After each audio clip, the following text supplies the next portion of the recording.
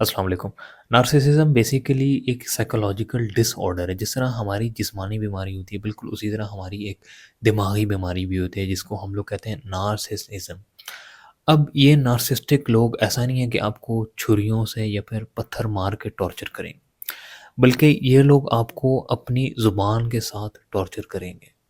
ये लोग आपके दिमाग में बस जाएँगे, बैठ जाएँगे और आहिस्ता-आहिस्ता आपका दिमाग खोखला करते जाएँगे।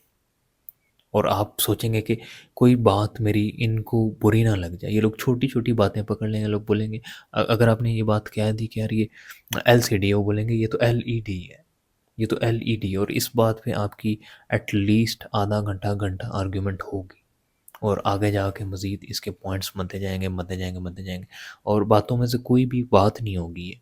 LED, LCD doesn't matter. ये लोग भी आपकी तरह कॉन्फिडेंट हैं और हम्बल हैं। ये लोग कहते हैं कि we are supporting the right cause, हम लोग भी बड़े नेक हैं, फंडिंग करते हैं। But the mask has cracks in it. Fortunately खुशकिस्मती से उस मास्क के अंदर कुछ क्रैक्स हैं जो हम लोग आज इस वीडियो में डिस्कस करेंगे। इसके अलावा मैं आप लोगों को 5 ऐसी ह्यूमन स्टेट बताऊँगा जिसके अंदर इंसान सच उगल देता है, लेकिन बाद में वो कहता है कि यार मैं तो नींद में था, मैं तो मज़ाक कर रहा था, मैं तो मज़ाक कर रहा था, ऐसा कैसे हो सकता है? एंड ये वाली पिक्चर जो आप लोग पीछे देख रहे हैं, मैंने इसीलिए लगाई है कि आप लोग देख के बार-बार दुखी होंगे, ये कैसे हो सकता है मेरे साथ? मेरे साथ ही क्यों होना था? सो नार्सिसिज़्म कोई नई चीज़ नहीं है जो सिर्फ़ आपके साथ हो रही है, आप कोई अनोखे बंदे नहीं हो। ऑफ़ कोर्स आपको लगेगा कि आप एक अनोखे बंदे हो, ये मेरे साथ ही क्यों होना था ये? मेरे साथ ही क्यों ना था। But this was introduced in 1914। Titanic के आस-पास ये इंट्रोड्यूस्ड की गई थी बाय फ्रॉइड। उससे पहले किसी को पता भी नहीं था कि नार्सिसिज़्म होता क्या है। सो 1914 मतलब मोर देन 100 ईयर हो गए इस बात को कि नार्सिसिज़्म एग्ज़िस्ट कर रहा है। कुछ पॉइंट्स मैंने लिखे हुए भी हैं कि किस तरह आपने इन लोगों के साथ डील करना है। पहला पॉइंट ये है कि आप लोगों ने इनके साथ आर्ग्यू नहीं करना।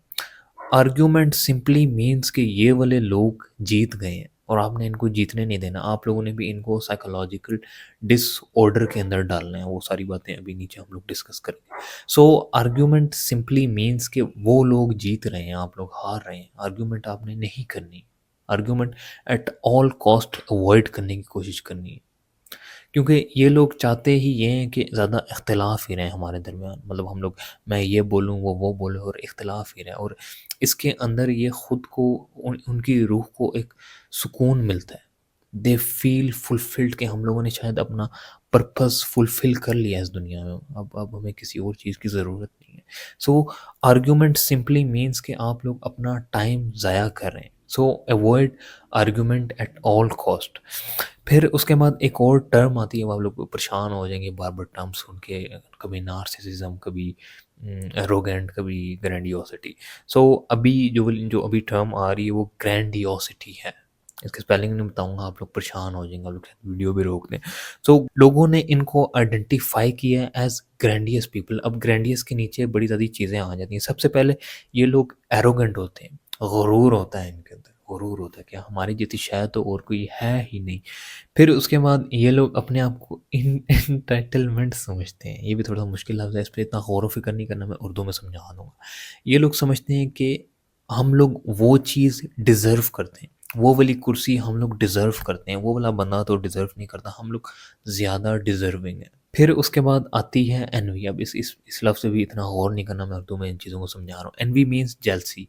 ये लोग इस हद तक चले गए कि ये लोग अपनी औलादों से भी जेलस होना स्टार्ट हो जाते हैं। ये लोग इस फ़ेज़ में भी आ जाते हैं, मतलब एक क्वाइट ए सैड केस है ये। देन इसके बाद आता है एक्सप्लोटेटिवनेस। सो इसका मतलब है फ़ायदा उठाने वाले। लेट्स से अगर इन्होंने किसी से उधार ले लिया और वो बंदा इतना स्ट्रॉन्ग नहीं हो, बार-बार बोल नहीं सकता, ये लोग उसकी इस बात का फ़ायदा उठा लेंगे और उसको वो वापस नहीं करेंगे। वो लोग बोलेंगे क्योंकि वो ताकतवर नहीं है। सो जिधर से ये जिस बंदे का भी फ़ायदा उठा सकते हैं, उठा लेंगे। फिर ये लोग बहुत हाइपर सेंसिटिव होंगे। अब मैंने स्टार्टिंग में आप लोगों को एक बात बताई थी कि ये एलसीडी है, एलईडी नहीं है। ये लोग इस बात को लेके बैठ जाएँगे और आपसे घंटा, 2 घंटा, 5 घंटे भी बहस कर लेंगे क्योंकि ये लोग चाहते हैं कॉन्फ्लिक्ट, बहस चाहते हैं।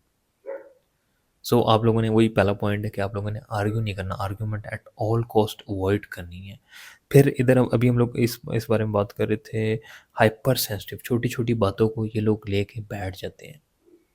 या डब्बा है या बैग है या बुक है या पता नहीं क्या शय है, मतलब आपकी सोच में भी वो चीज़ें नहीं होंगी जो जो चीज़ें ये लोग लेके बैठ जाएँगे। So these were some points. So how can you जज दीज़ काइंड ऑफ पीपल? देखो जो इंसान की हैबिट है, आदत है या फिर फ़ितरत इसको कह लेते हैं, वो अनकॉन्शियसली करता जाता है, करता जाता है, करता जाता है। अनकॉन्शियसली मीन्स सोचे बगैर। उस दिन भी इधर से घड़ी हटी हुई थी तो सब लोगों की नज़र उधर घड़ी पे ही जा रही थी, मतलब अनकॉन्शियसली हम लोग घड़ी को देखते रहते हैं, घड़ी को देखते रहते हैं, देखते रहते हैं और हम लोगों को ये बात पता ही नहीं है। And this is called habit. उस बंदे के अंदर कोई ऐसी चीज़ होगी जिससे पता लगेगा कि यार इसका कैरेक्टर लूज़ है या फिर इसकी आदतें इस तरह की हैं, उस तरह की। There are some things that I have written, you need to monitor their every move, कि वो लोग कितना बोलते हैं, कितना हँसी मज़ाक कर रहे हैं, ज़्यादा हँसी मज़ाक तो नहीं कर रहे, लिमिट से आउट होके हँसी मज़ाक तो नहीं कर रहे। वो लोग खा कितना रहे हैं, खा कितना रहे हैं, खाने पे नज़र होगी।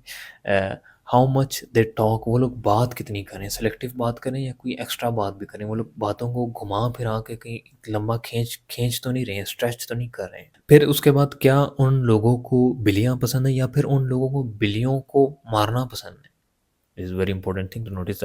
आप जस्ट ज़्यादातर इस तरह के केसेस उसमें होते हैं, रिश्तों में होते हैं, आप लोगों को आइडेंटिफाई करना होता है कि वो दूसरा लड़का कैसा है, उसकी आदतें कैसी हैं, उसका कैरेक्टर कैसा है, तब आप लोगों को ये चीज़ें काम आती हैं। आप लोग जस्ट उससे इस तरह की बातें पूछ सकते हो कि आपको बिल्लियाँ पसंद हैं, आपको ये पसंद है, वो पसंद है। उसके अलावा भी पॉइंट्स कुछ बताता हूँ, आप क्लियर हो जाएगी ये बात। क्या उनको जानवर का दर्द है? अगर उनको जानवर का दर्द है तो ऑफ़ कोर्स उनको इंसानों का भी दर्द होगा। फिर उसके बाद उनका टेबल कितना ऑर्गेनाइज्ड है, टेबल कितना उनका ऑर्गेनाइज्ड तरीके से पड़ा हुआ है, रखा हुआ है, चीज़ें कितनी उन्होंने सलीके से रखी हुई हैं, ये सारी चीज़ें उनका कैरेक्टर बताती हैं।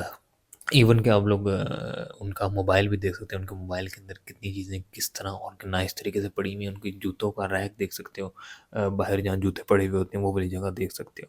सो की पॉइंट इसमें सिर्फ यही है कि आप लोगों ने इन लोगों के साथ आर्ग्यू नहीं करना। आर्ग्यूमेंट इज़ की। अगर आप लोग आर्ग्यू करते हैं तो इसका मतलब वो लोग जीत रहे हैं। आप लोगों ने उनको जीतने नहीं देना, आप लोगों ने आर्ग्यूमेंट रोक देनी है। आप लोगों ने जो आप कह रहे हैं तो बात ठीक है, तो मैंने सोची नहीं, मेरे दिमाग में क्यों नहीं है, आप मेरे साथ इतने इंटेलिजेंट है। इस तरह की बातें आप लोगों ने करनी है।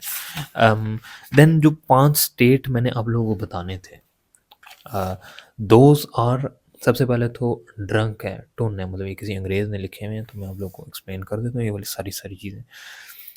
ड्रंक मीन्स टुन, शराबें पीना, गलत काम करना। सो ये वाली ऐसी स्टेट ऑफ माइंड है, शराबें वो तो इतना गलत मायूब समझी जाती है हमारे तो पाकिस्तान में, ये वाली बातें। सो वैसे ही एक आपके इल्म में होनी चाहिए बात। जब कोई बंदा टुन होता है, शराबें भी होती हैं, चरसें छिकी हुई होती हैं, तो वो बात कर डालता है जो वाक़ई में उसके दिमाग के पीछे बैठी हुई थी, जो वो आपको बता नहीं पा रहा था। वो उस टाइम करेगा जब वो टुन होगा। फिर उसके बाद एक और स्टेट है, स्लीपी स्टेट है, इसका मुझे इतना ख़ास समझ नहीं आया, शायद आप लोगों को समझ आया। जब वो नींद की हालत में होता है तब भी वो सच उगल देता है। फ्रस्ट्रेटेड होता है जब वो मायूस होता है।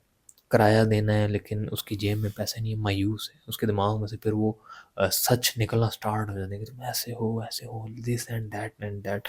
फिर गुस्से की हालत में जब वो पीक एक आ जाती है गुस्से की, तब भी वो सच उगल डालता है। देन उसके बाद आता है स्ट्रेस्ड, परेशान, जब वो बड़ा परेशान होता है। फ्रस्ट्रेटेड एक लफ्ज़ है और उसके बाद अंडर स्ट्रेस्ड है, ये 2 लफ्ज़ हैं बट इनके मीनिंग अलग-अलग हैं। सो फ्रस्ट्रेटेड मीन्स मायूस, जब वो मायूस होता है, और स्ट्रेस की हालत मतलब जब वो परेशान होता है तब भी वो सच उगल देता है।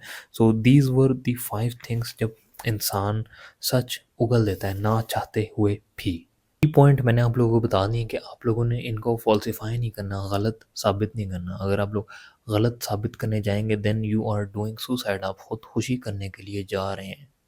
आप लोग गलत साबित करने के लिए नहीं जा रहे हैं, आप लोग खुदकुशी करने के लिए जा रहे हैं। और एक और बात आप लोगों ने माइंड में रखनी है कि ये लोग किसी को भी खुश नहीं देख सकते। मैंने जिस तरह आप लोगों को किसी पॉइंट में बताया था कि ये लोग इवन अपने बच्चों को भी खुश नहीं देख सकते हैं। सो ये बातें वो लोग मानेंगे नहीं, ना उनको लगेगी ऐसी कि ये वीडियो मेरे पे बनाई है। वो लोग बोलेंगे हाँ, होगा कोई इस तरह का गलत बंदा जो इस तरह के गलत-गलत काम करता होगा।